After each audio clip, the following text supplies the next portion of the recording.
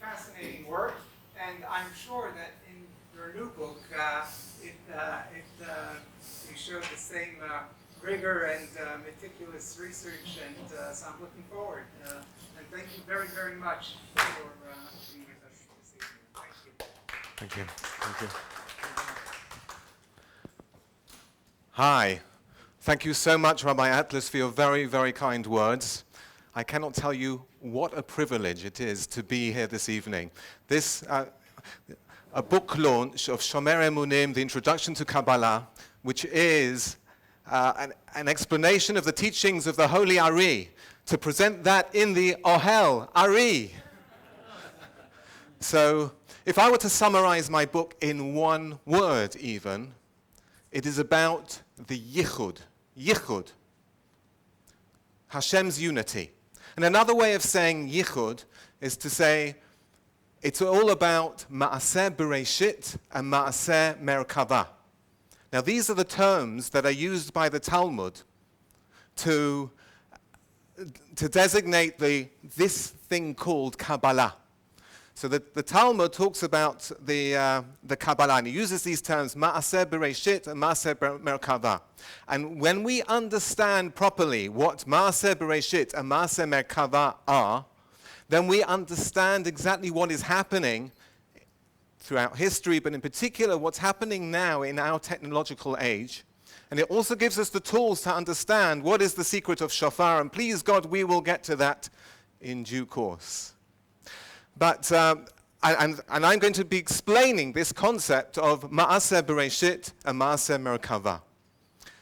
But I hear you reel back in your seats and you shout out at me and say, hold on a moment. Hold on a moment. Surely, it says explicitly in the Talmud, in Gemara Chagiga, Yud-Aleph Amud Bet.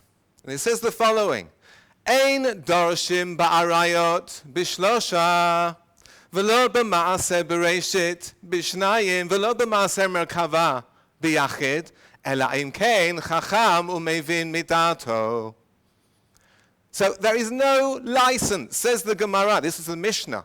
The Mishnah states that there is no license to explain these things called Maaseh Bereishit and Maaseh Merkava in public.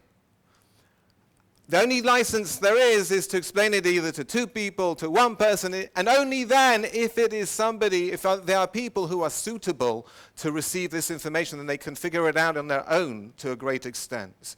So how dare I stand before you and claim that I am going to explain, spill the beans, what are Maaseh Bereishit and Maaseh Merkava? And indeed, I'm going to do so. So I'm going to explain why I can dare to do that in a moment. But before we do that, given that Maaseh Bereishit and Maaseh Merkava are Kabbalah, what is Kabbalah? Kabbalah, there are three parts to Kabbalah. First and foremost, Kabbalah is the deepest knowledge, the deepest understanding of the Torah. It allows us to understand First of all, what the Torah is and what we are. And what we are in relation to God and how God interfaces with us in this world. And ultimately, it does explain the whole sequence of the universe's history from the beginning of the inception of the creation of everything until today and on to Mashiach's times and beyond. Kabbalah explains what's happening and why. So that is the deepest knowledge of the Torah. That's what the primary aspect of Kabbalah. Kabbalah is also about meditation. Meditation is prayer. Jewish prayer, we pray 3 times a day. We're standing there in the Amidah prayer. It is a meditation. And the only way that we can pray properly is if we know what the meaning is of the words we are saying, and in particular, the names of God. When we talk about Yud-Heh-Vav-Heh and Elokim and Shakai, if we don't know what those specific names of God mean, We don't know what we're talking about. And we don't know who we are talking to. And we need to have the insight of Kabbalah in order to be able to relate to God when we are meditating in prayer. And that's the second part of Kabbalah. The third part of Kabbalah is something called practical Kabbalah. I'm sure you've all heard of the Golem of Prague, and you may be very disappointed to learn that lo haya v'lo nivra, it never happened. It was a very nice kid's story that became world famous, etc. But there are stories in the Gemara. The Talmud talks about a golem being created or a calf being created, and that there is such a thing as using incanting Kabbalistic rites in order to have a physical change in this world. And the practitioners of this are very few and far between. And if you came here for some of that, forgive me, I don't mean to disappoint, but I know nothing whatsoever about practical Kabbalah. But there is something very important I need to mention, and that is that there was a letter published by Rav Avram Yitzhak HaKohen Cook. And in that letter, he answers a question that somebody asked him. It says in the Gemara Chagiga, Ein Dorshim, we don't expound, we don't explain Kabbalistic ideas in public. How come there is such a thing as a Kabbalistic yeshiva? How come there is some public discourse in Kabbalah? And he answers based on the words of Rabbi Yosef Gikatila, who wrote a book called Sha'arei Orah. He was a Rishon, he lived in the 13th century. And in his introduction to his book, Sha'arei Orah, he provides a statement from which there is a nuance that Rav Kook understood, that the Gemara in Chagiga, where it says Ein Dorshim, where it says we mustn't talk about this in public, is talking about practical Kabbalah. So I'm not allowed to stand up here and talk about practical Kabbalah, the practical aspect of Maaseh Bereishit and Maaseh Merkavah. But to talk about the general Kabbalah and the deepest knowledge of the Torah, I'm off the hook. I'm okay. Phew, thank God I can explain these things to you tonight. So, so Maaseh Bereishit and Maaseh Merkavah. Now, Shomer Emunim, the introduction to Kabbalah, which part of Kabbalah does that deal with? It deals with the primary part, the deepest knowledge of the Torah. And it was written, the actual book itself contains 2 books. There's 2 books in it. The first book, 2 books in 1 volume. The first book is the book Shomer Emunim itself. Shomer Emunim itself was written by a rabbi called Rabbi Yosef Ergas. He lived from 1685 till 1730, and he passed away, unfortunately, at the very young age of 45. And he was a runaway genius. And he became the rabbi of the city of Livorno, or Leghorn in Italy. And he wrote this book, Shomer Emunim, as a response to two currents two social currents that were going on in his day.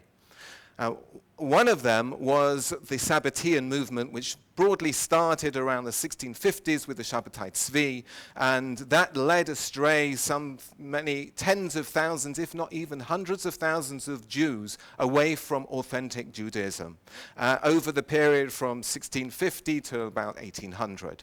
And so in the early 1700s, this was in full swing, and Rabbi Ergas, he basically ended up with having polemics with Sabbateans, and he felt he needed to put the record straight and explain simply, in simple language, for the general populace to explain the basic concepts of Kabbalah. So he wrote this book, Shomer Emunim. He started writing it in 1725, and he finished it in the last year of his life in 1730. But there was another social current that was going on at that time because of the success of the Sabbatean movement, who'd been taking these Kabbalistic ideas and bending them out of all proportion and twisting halachic practice as a result in really quite heinous ways. And they were licensing things that they shouldn't have been licensing. The Talmudic community sat up and said, what is all this Kabbalah stuff anyway? You can be a perfectly good Jew and not need to know anything about Kabbalah at all. So Rabbi Ergas also addresses this argument, and he structures his book as a debate, as two debates, in fact, between two characters, two fictitious characters, one called Sha'altiel, the one who is asking of God, the Talmudist, and the other one called Yehoyada, the one who knows God.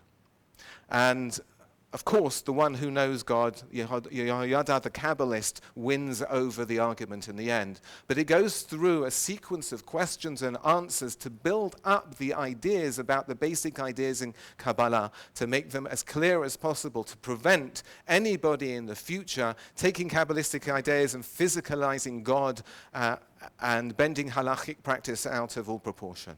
That was his book. So that's the first part of Shomer Emunim, the introduction to Kabbalah. The second part of Shomer Emunim, the introduction to Kabbalah, is something called the Kabbalah Overview. And in the Kabbalah Overview, there is a systematic presentation of the Arizal's Kabbalah. Rabbi Ergas, in his book, he touches on certain deeper ideas that require explanation in order to properly understand, more fully understand his book. His book is standalone, but in order to appreciate what he's saying, we need to have a slightly deeper understanding. So instead, I started off writing little notes, and it turned into a book in its own right called the Kabbalah Overview. And this presents a systematic presentation of the Arizal Lurianic Kabbalah in the context of contemporary science. And that's the important thing. That's the big chidush here, presenting the Arizal's Kabbalah in the context of contemporary science. Now I see you sitting back in your chairs again and looking at me, crazy looks. What? Contemporary science? What has that got to do with the Arizal's Kabbalah? He wrote, Rabbi Chaim Vital, his primary student, wrote down the teachings of the Arizal in the 1500s. What has contemporary science got to do with anything? What's it got to do with the Kabbalah? So license to do so comes from, I'm going to suggest, from two places. First of all, in my Nefesh HaTzimtzum project, I recorded the Vilna Gaon's outlook on studying Kabbalah. And basically, the Vilna Gaon says that in order to understand the Kabbalah, we need to understand science, the natural sciences. And in fact, he even made a statement of, as much as one does not understand of the natural sciences, one will have a lacking of 100-fold of an understanding of the Torah. That's a remarkable statement. So I bring in Nefesh HaTzimtzum, in volume 2, I bring 5 different streams of the Vilna Gaon students who all consistently explain the importance of studying Kabbalah. And in particular, I'll highlight another one, Rabbi Yaakov Moshe, the Vilna Gaon's grandson. He wrote the second introduction to a book called Ayil Mushulash. Ayil Mushulash was written by the Vilna Gaon and posthumously published. Ayil Mushulash is a math book. It's mathematics. A math book. Why is the Vilna Gaon, who is the ultimate Gaon Olam, he's wasting his time writing a math book? So his grandson justifies why his grandfather invested time in writing about math.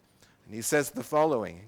He says, in order to get up the ladder, in order to climb up the ladder, you have to get onto that first rung.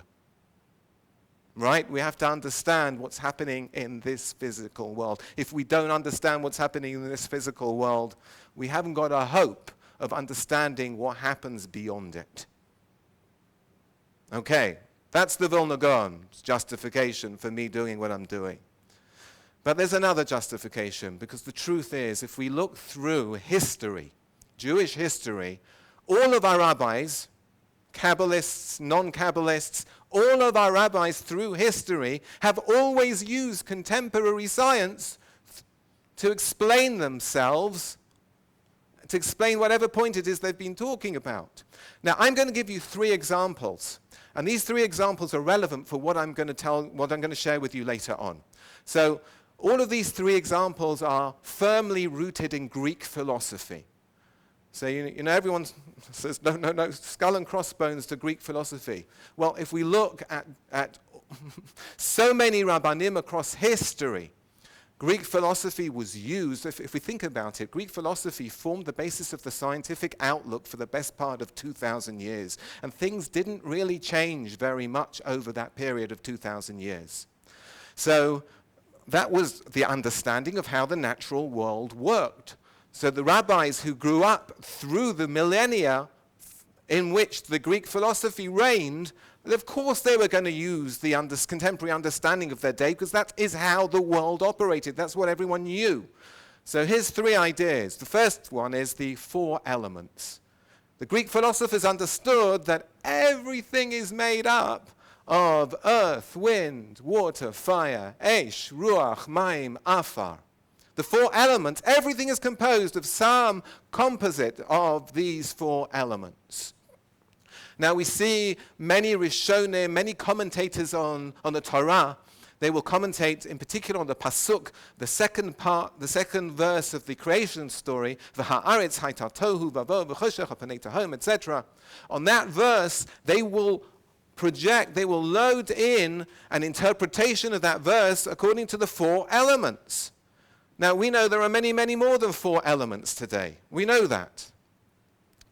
But nevertheless, there is an element of truth to this. You can talk about the four elements being solid, liquid, gas, and energy. There is a way of being able to understand it. But I'm not trying to justify the comments of people who lived in the past. That was true in their day, and that was true of the way of their understanding of the Torah in those days. And that was the medium of expression that they had that was accurate at that time. And therefore, we have a license to do it today as well. Now, another Greek philosophical concept is the concept of Shomer and Surah. Shomer and Surah is substance and form.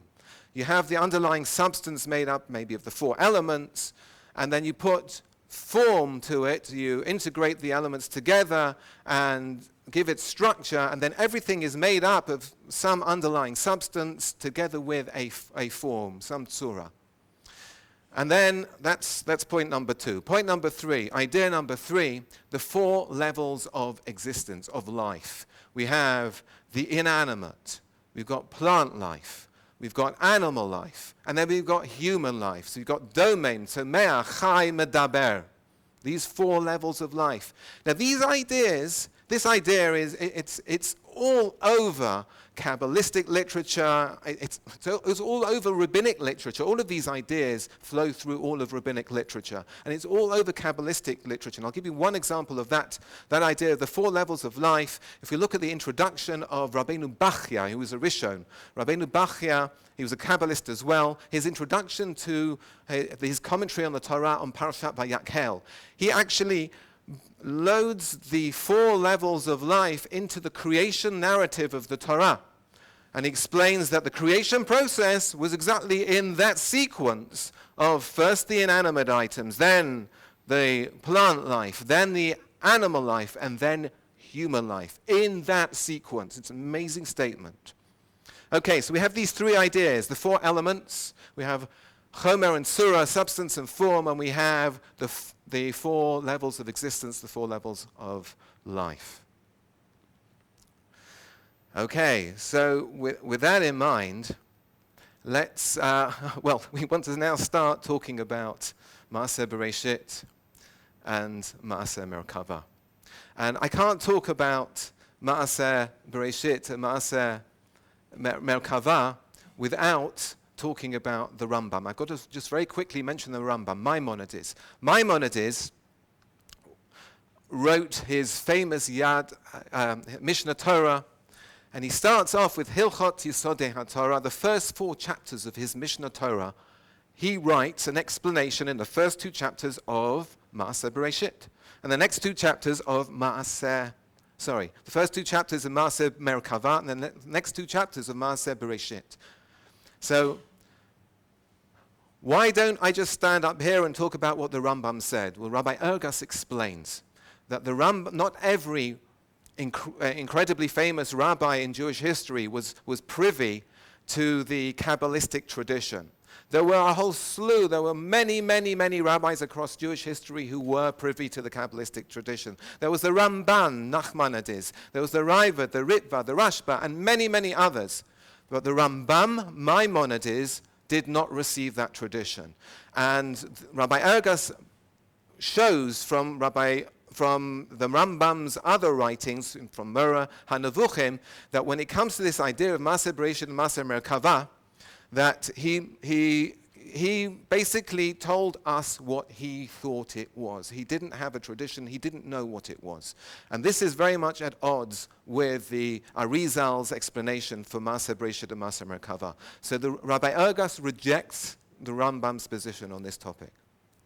So what does the Arizal actually explain is Maaseh Bereishit and Maaseh Merkavah?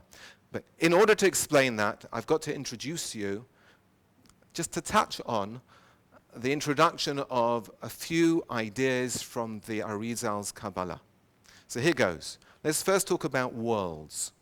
Now, you've probably all heard about this thing called worlds. There are many Kabbalistic worlds. We are in the lowest world. It's called the world of Asiya. Then you have Yetzirah. Then you have Beriya. Then you have Atzilut. Then you have Adam Kadmon. Then you've got the Olam Ein Sof. Then you've got Ein Sof himself. Ein Sof would be essentially what we would call God.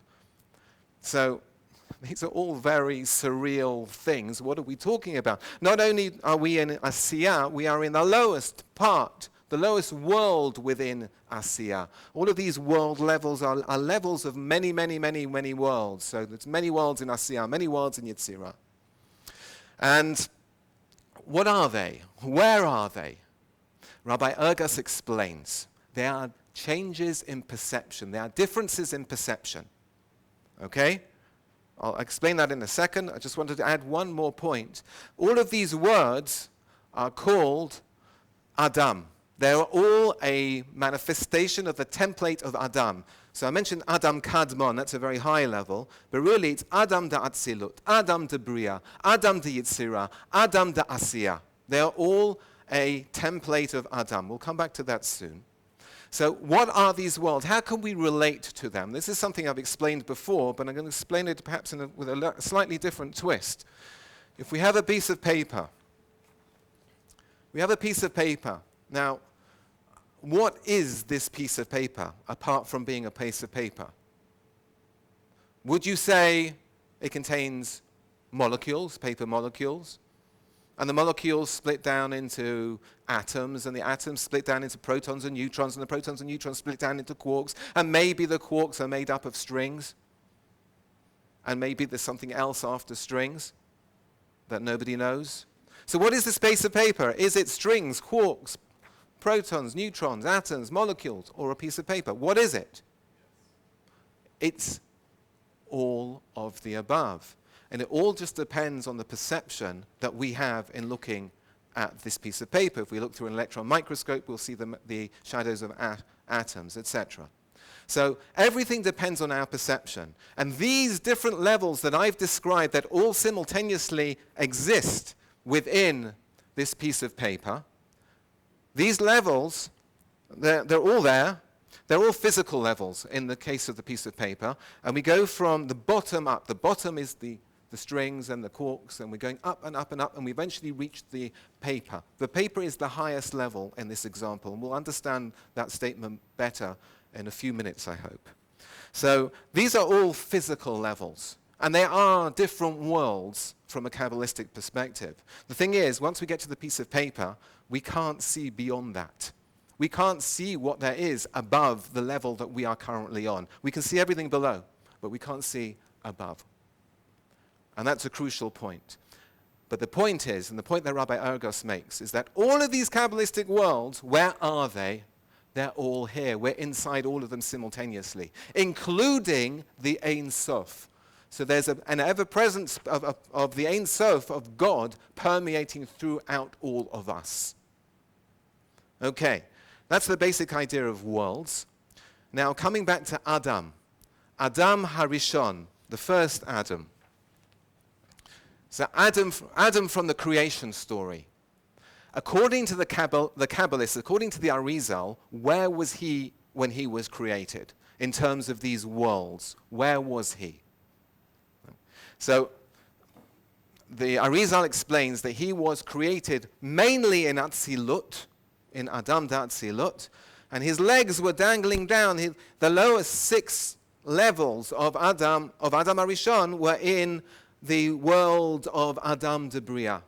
Now, we can't relate to even anything above our lowest level of Olam HaAsiyah, of Adam Da'asiyah. And Adam was on this incredibly abstracted level compared to us. And the Ramchal, Rabbi Moshe Chaim Luzzatto, explains, he gives an analogy that we can relate to. He talks about the highest level of our intellect, of our chokhmah, of data, if you wish, if we're relating to data, that would have formed the flesh, the lowest level of Adam. In other words, the Kabbalists are saying that the concept of Adam, when he was created, remember, he was the collective soul of all of humanity and of all of Am Yisrael. He was the collective soul of everything, of everybody. He wasn't human. He was something that wasn't what you or I would call human. Okay, so that's the concept of Adam. We'll come back to the concept of Adam soon. And another idea from the Arizal is the concept of the Sefirot and Partzufim.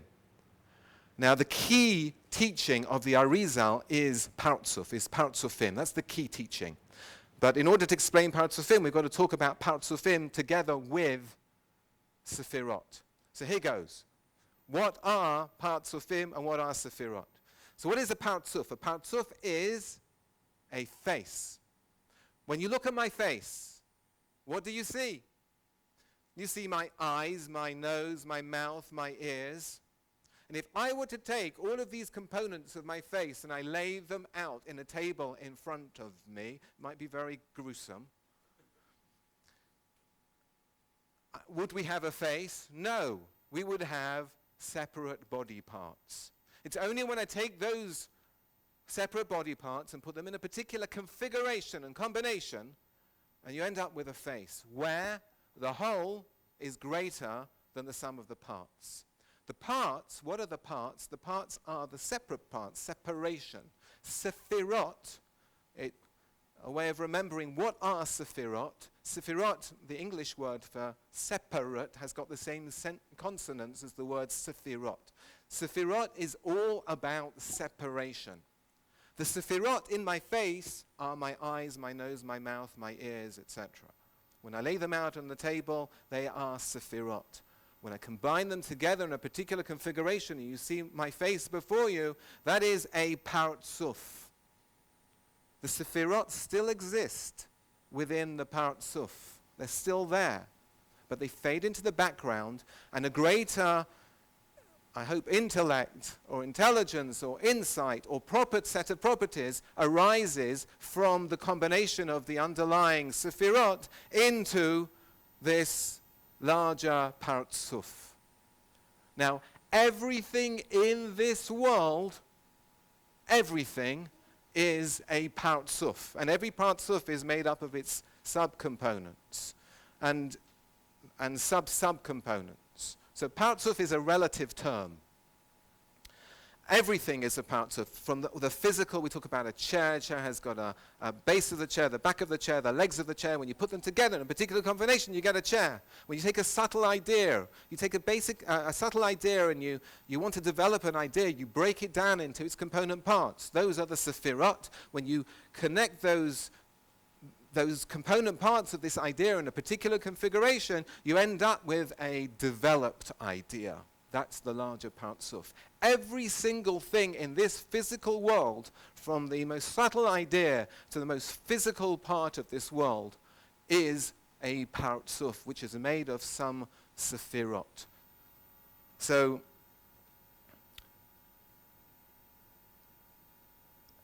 and in contemporary terms, there was a Professor Philip Anderson, who in 1972, he wrote a seminal paper called More is Different. And in that seminal paper, he explains that, there are two camps in the scientific world. There are two camps. There's one camp called the reductionists, and there's another camp called the emergentists. And originally, science, perhaps from Newton onwards, is all about reduction. The ultimate goal of the scientists is to reduce everything down to the smallest component, to go down the atoms, to the protons, the neutrons, the quarks, the strings, and maybe beyond, and come up with a grand theory of everything to reduce everything down to a little formula from which we can predict everything in the universe, to find the grand theory of everything. This is the ultimate goal of every scientist. And any scientist who wants to do this is called a reductionist. They're reducing things down to their smallest, lowest common denominator. In contrast to that, came along this Professor Philip Anderson in 1972. And hat gesagt azoi. He said the following. He said, he was a Nobel laureate in the area of condensed matter physics. And he was having a go at his colleagues, the particle physicists, who were interested in ultimately reducing everything down to the smallest formula. And he says, if you know everything there is to know about particle physics, you cannot extrapolate and extend and understand what is going to happen in condensed matter physics. And if you know everything about condensed matter physics, you're not going to be able to figure out what's happening in chemistry. There's no way you'll be able to tell what kind of chemical formulas or what chemical reactions are going to happen. If you know everything about chemistry, you cannot predict what will happen when you get to biology. You cannot extrapolate biology. There's still relevance in learning chemistry and biology, even if you know everything there is to know about particle physics. And if you know everything about particle physics, you still cannot predict what will happen in psychology and what will happen in economics. These are not predictable from the basic formulae of particle physics. So what happens is every larger whole, every greater whole of knowledge is a larger partzuf in the language of the Arizal. Every greater level of knowledge comes with is a larger whole that is greater than the sum of the parts. That's another Greek philosophical concept. The whole is greater than the sum of the parts. Every larger partzuf has some sort of properties, has some sort of insight, has some sort of intellect or intelligence that emerges, that arises, that isn't there in the components. Now, to just give you a couple of examples, if you take water atoms, lots of water atoms, you put them together in a puddle of water. Now, a puddle of water is wet, a single atom of water. No one in their right mind would say a single atom of water is wet. If you take a piece of paper, the piece of paper I had in my hand a minute ago, I can draw on it, I can write information on it that's intelligible to you. I can't do that on an atom. There are certain properties, all these properties emerge as we move up to the larger partzuf. And there's the larger partzuf, as I mentioned before, partzuf relative to Sefirot is a relative term. And the larger partzuf is something that we call Yud-Heh-Vav-Heh. That's the name of God. Larger partzuf is a level of relative unity of Yud-Heh-Vav-Heh. Yud-Heh-Vav-Heh always relates to a higher level of unity. And the Sefirot, the lower level, is the name of God, which is Elokim. So if we come back to any analysis of anything, when we're looking at the Sefirot relative to the larger partzuf, you're talking about Elokim relative to Yud-Heh-Vav-Heh. If we look at those worlds, when we go from Asiyah, Adam to Asiyah to Adam to Yitzirah, you've got a relative Elokim relative to Yud-Heh-Vav-Heh. And then moving up again, from Yitzirah to Beriya, it's Elokim relative to Yud-Heh-Vav-Heh. And ultimately, we get to the ultimate Yud-Heh-Vav-Heh, which is what we call Atzilut. When we, in our prayers, in our tefillot, we refer to Yud-Heh-Vav-Heh, we're talking about the level of Atzilut, which is very, very different from God. God is the Ein Sof. God is way, way abstracted from Atzilut. Excuse me. God is way abstracted. So,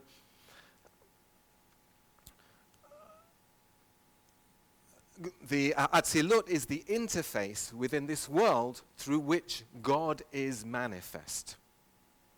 We'll come back to that in a bit.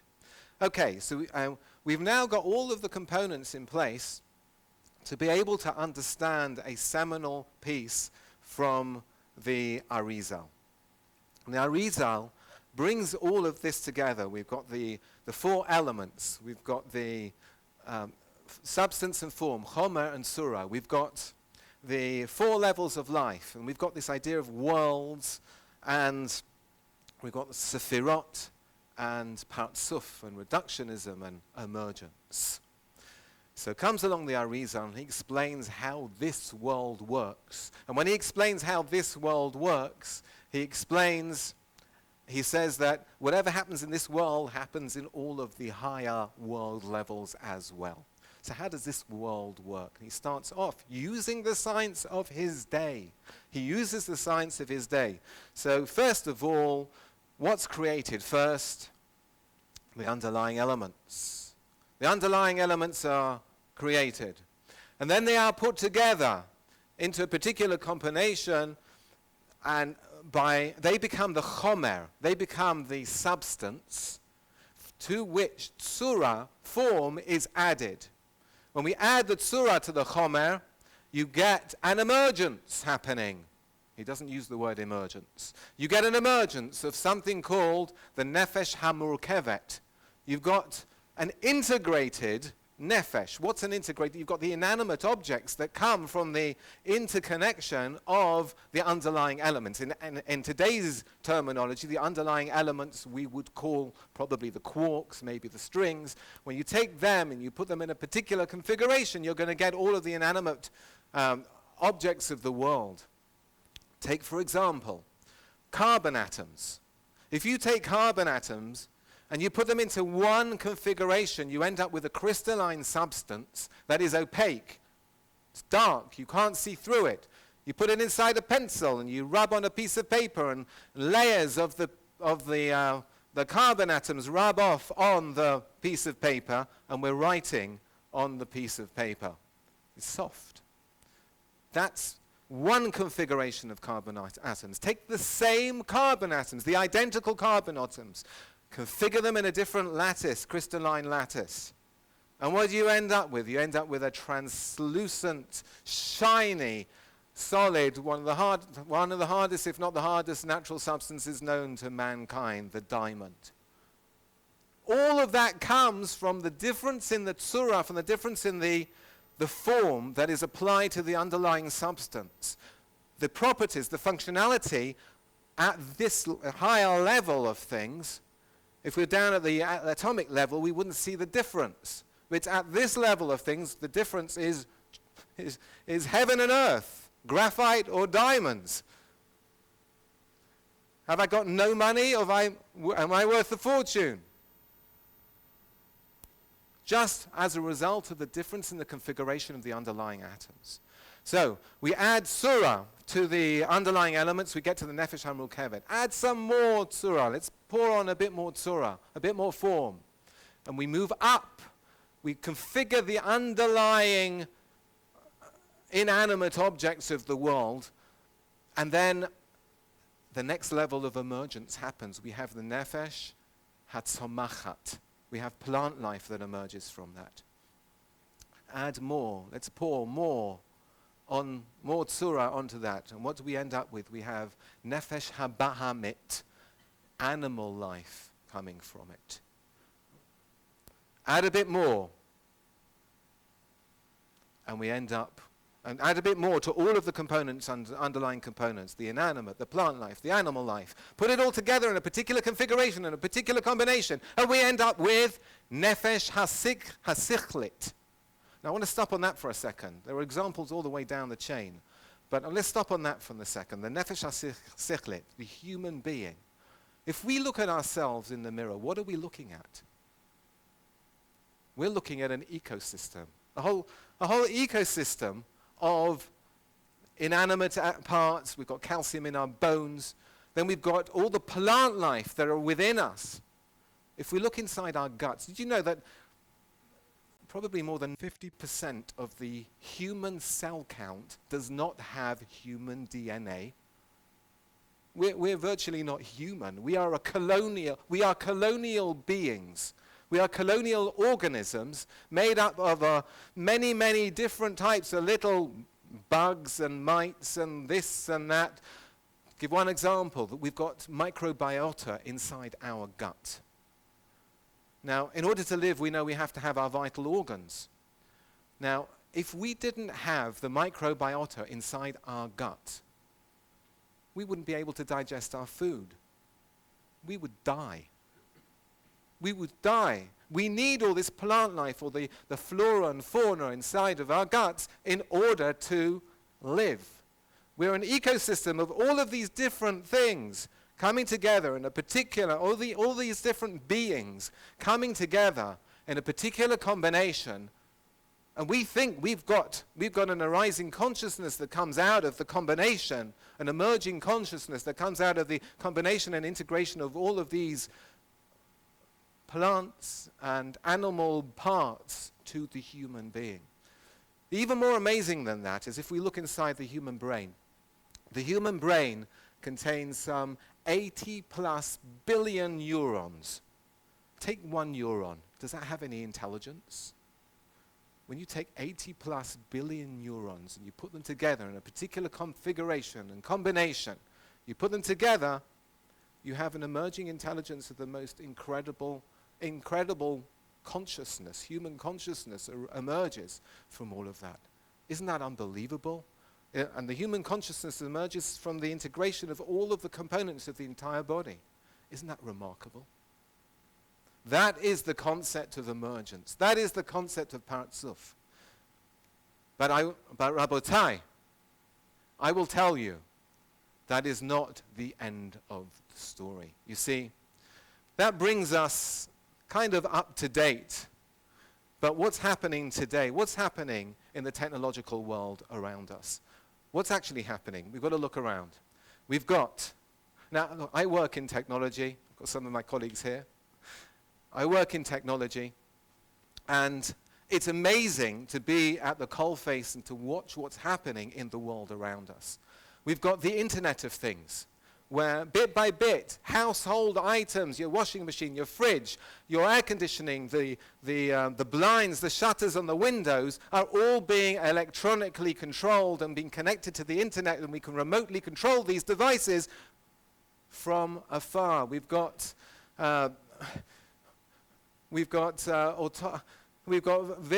intelligent vehicles that are being built, so that eventually we will have driverless vehicles. All of these, every component and gadget that we can think of, and many more to come, they are all internet enabled, the Internet of Things. And it's all enabled by cloud technology.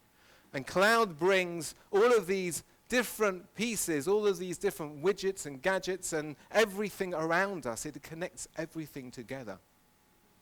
And also it generates a huge amount of data, and we have systems which can handle big data. And big data, when it's handled in the right way, gives us incredible insights into the way in which we manage the environment around us.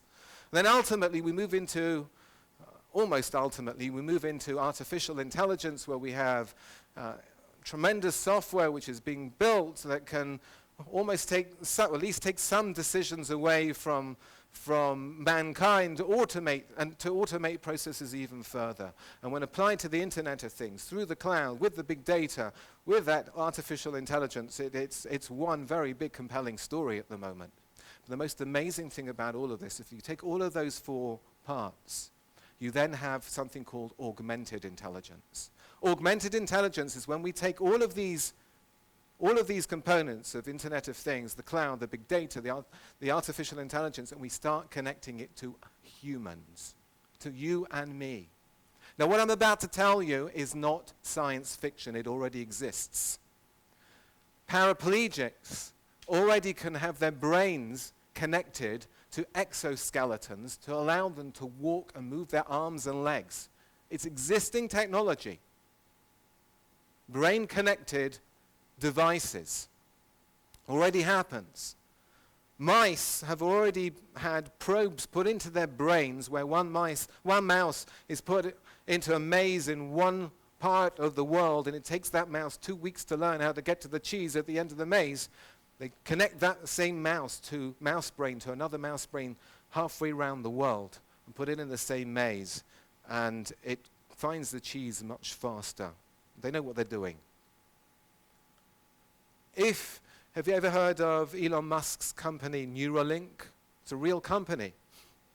You could look it up on the internet. There are videos of inserting a brain chip into, this is existing technology, a brain chip into a monkey. It exists. It might sound frightening, but it's a reality. A brain chip into a monkey who is playing Pong. You know Pong? Pong is an electronic game where you've got this bat that moves up and down. You control it. It moves up and down the screen. You've got a ball that bounces off the wall. And you need to, as the ball is bouncing, you control the games. And you've got a controlling stick that moves this the paddle up and down the screen to hit the ball. So they taught this monkey how to use this controlling stick. Then they put this chip into the monkey's brain. And they left the controlling stick there, but eventually they cut the wire between the controlling stick and the computer. And they connected this brain chip to the computer. Guess what? You didn't see the difference. It continued playing. Think about what's happening and what's about to happen. Currently, every one of us has our mobile phones. We hold our mobile phones. We have half our lives, our personalities are on the mobile phone, almost. We are a skip and a hop for integrating the mobile phones with our being, with our minds. And at the moment, I'm speaking to you with vocal speech, with otiyot hadibur. We are a skip and a hop away. It's only a matter of time before I start speaking to you with otiyot hamachshava, because you are connected to your mobile phone, and I will be connected to my mobile phone, and I'll wink at you, and I've sent you an SMS, and I'll wink at you, and I've sent you an email, and you reply back at the speed of thought. It's only a skip and a hop away. And there are all the naysayers who say, I'm never going to do that. Well, at the moment, is anyone going to refuse the medical services that are being supplied over the internet only today? Gradually, the medical services are being supplied over the internet. If you're not internet connected, very soon we won't have medical services. If those services and whatever services we're going to have in the future are supplied to humankind via these brain chips, who's not going to want to take them on? People will come, they'll be kicking and screaming, but they will eventually adopt this, and eventually all mankind will be interconnected together. And we will have a beginning of what will be a unity out of diversity. A unity out of diversity. And the critical thing about this is this happens in a natural way. We are about, through the digital transformation that's happening all around us, we are about to move as mankind universally to the next higher level in the world, in the Kabbalistic world chain. We can't imagine what's going to be in 5 years' time. The leading technologists in the world cannot predict what's going to happen in 5 years' time. But one thing's for sure, we're going to be more integrated together. We're going to be more connected together. And we're gradually going to merge together as humanity in a natural way. Each step of the process is happening in a natural way. There's nothing mystical about this. I took the word mystical out of my book. There is nothing mystical about real Kabbalah. This is a process that will then continue. Humanity will merge together, and I can't even describe what the nature will be and what we will look like as we merge together. And ultimately, according to the Kabbalah, in order for the Messiah to come, in order for Mashiach to happen, we have to first revert Adam's sin. What? Do you remember what I said a little while back about Adam? Adam was on a level that was completely, a level of existence that was completely abstracted from where we are today. Now, if we think about it, we are in a mindset and a level that is completely abstracted from people 100 years ago. If you pinch on a phone to zoom in to information, that's not something that somebody from 100 years ago could even imagine in their wildest dreams. They couldn't imagine that. Now we can, it's just very obvious and plain to us. And we need to revert Adam's sin first. We need to reach that abstracted level of almost being in Atzilut. And the Mashiach only comes after that point. In other words, we need to integrate together into the original Adam. Adam was the collective of all of us together. We all connect together. We all become cells, so to speak, in that larger body of humanity, which is called Adam. And then the Messiah, the Mashiach, according to Kabbalah, emerges from that interactivity.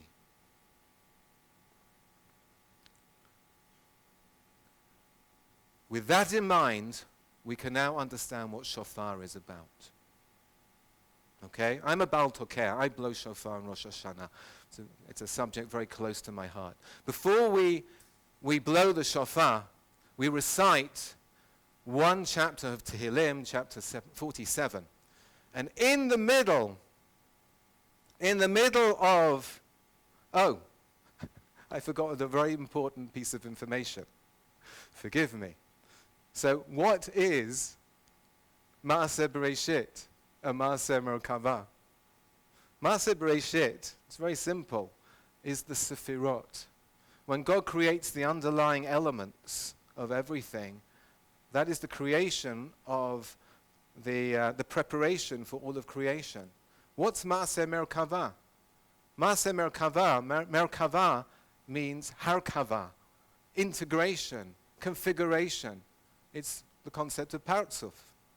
So Maaseh Bereishit is the Sefirot, and Maaseh Merkava is the Partzufim. That's what they are, according to the Arizal's Kabbalah. With that in mind, we can now move to the shofar. So in that Tehillim 47, Psalm 47, in the middle of the main reason why we recite that Psalm 47 before we blow the shofar is because of the verse bang in the middle of it. It says as follows: Allah Elokim biteruah Yud-Heh-Vav-Heh b'kol shofar. Now there was this Kabbalist who I mentioned earlier, this Rishon, Rabbi Yosef Gikatila, in his book Shari Ora, in chapter 5, he provides an explanation for this. It's a bit cryptic. What he says, if you look at this verse, Allah Elokim b'teruah, Elokim goes together with teruah, and then you've got Yud-Heh-Vav-Heh goes together with kol shofar, which is the tkiyah. That's what he says. What's he talking about? Okay. The Torah, as we know, has only got two expressions for the kolot, for the sounds of the shofar. There is tkiyah and there's teruah.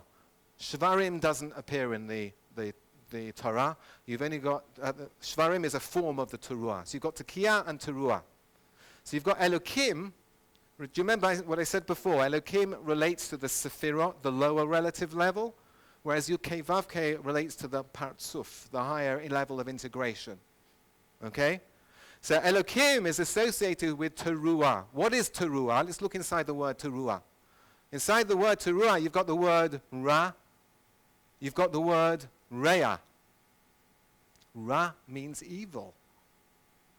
And reah is a friend. Atem hareim sheli. You are my friends. What is the connection between a friend and evil? What does evil mean?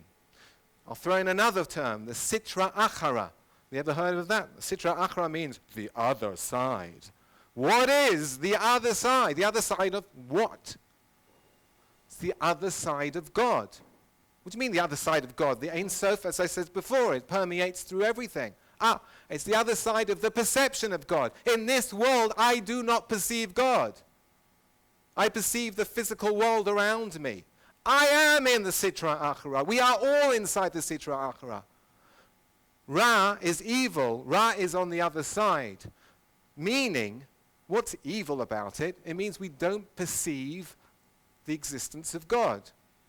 It means we are separate. Separation. Rea, a friend. You are my friends.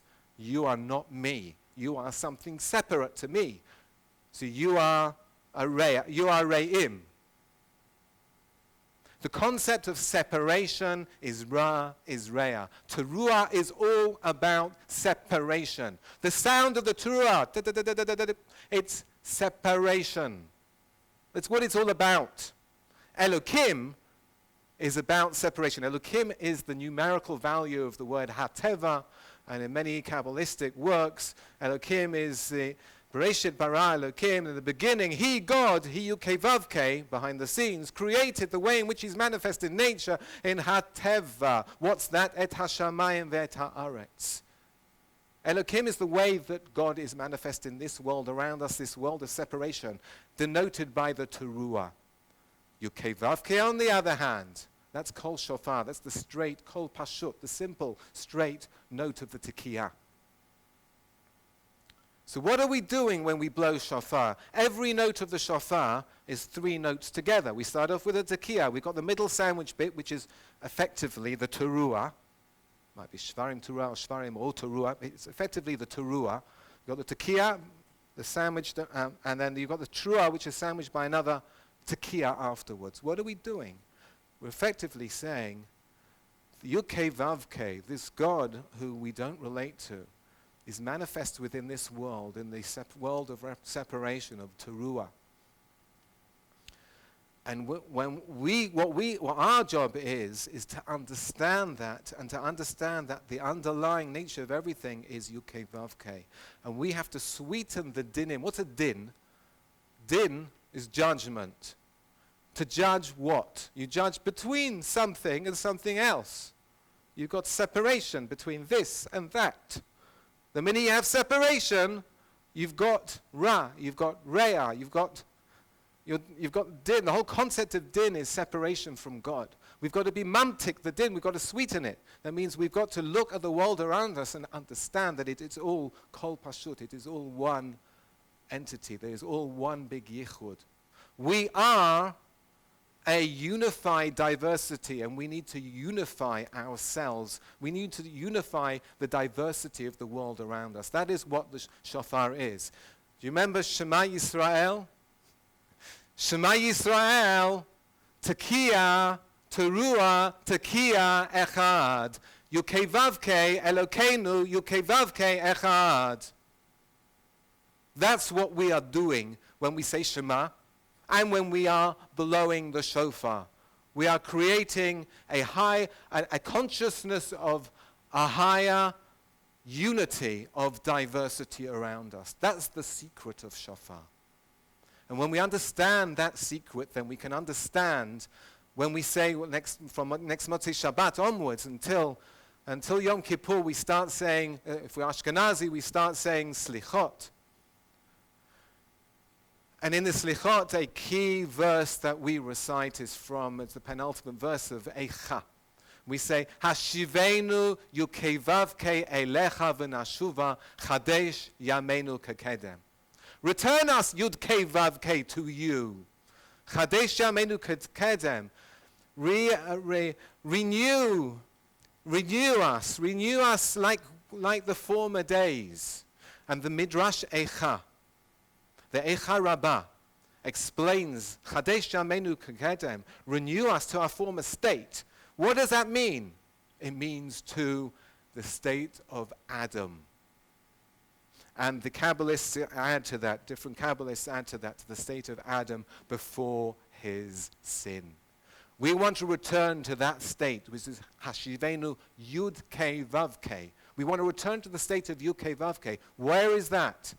It's that Atzilut, the state of Adam before his sin, and then to move into Atzilut proper. And when we do that, we will be able to reach that level of Mashiach. And it's at this point I'm now going to share with you the final line of the monumental work of Rabbi Yosef Ergas's monumental work. He closes his work with the line from the pasuk Umala'a Yud-Heh-Vav-Heh Dea et Umala'a ha'aretz Dea et Yud-Heh-Vav-Heh Kamayim layam mechasim. That the world will be filled with the knowledge of Yud-Heh-Vav-Heh, Dafka, that unity, that integrated unity of diversity of all of humanity in the times of Mashiach, like waters cover the seabed. Ba'agala uvizman karev, speedily in our days, amen, ken yehi ratzon. Thank you very much. Thank you. Thank you. Now, if anyone wants to ask any questions, you're more than welcome to ask questions. I just want to point out a couple of things. I have a website, avinoam.fraenkel.com, and on that website there are written articles, and there are also videos. There's a sequence of 10 short Shomer Emunim Kabbalah explainers, 5 to 12 minutes each, that progressively go through different ideas of the Arizal's Kabbalah and explain them in the context of contemporary science.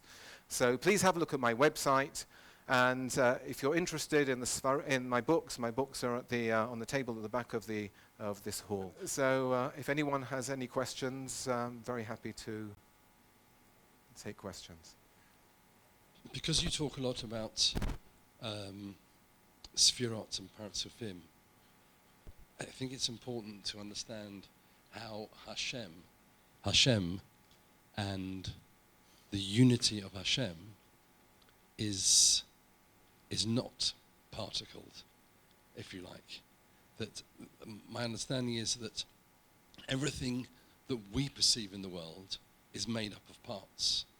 There's only one, the Yud-Heh-Vav-Heh is not made up of parts. That Hashem Elokim Hashem Echad, that there is one unity that exists in the world that is from his perception. That's a very, very important point. I'm so pleased that you brought it up, because I did omit that in what I was saying, and it's crucial to understand everything that I've been saying. Everything that I have been talking about from the beginning of this talk has been about our perspective. From when we're talking about the world levels, at every higher world level, there is no change from the creation of every lower world level below it. So as we go higher and higher up, when we get to the Ein Sof, which is ultimately God, is unchanged as a result of the creation of all the worlds below him. There are different levels of perception of the ultimate reality. And we have a different perception of the higher level of reality we're about to merge into. But that's only from our perspective. And it's not a contradiction to say that the higher level is still unaffected by the fact that we perceive ourselves to be separate. So there is no, God forbid, there is no separation in God. The concept of separation is what we call physicality. It is Ra. That's the concept of separation. We cannot say that about God. God is neither good nor bad. We can't talk about God as being good even. We can't refer to God with any terminology, any human terminology. So that's a crucial point. Thank you so much for raising it. So any more questions? Thank you. Thank you very much. I'm so pleased you've all come. Thank you.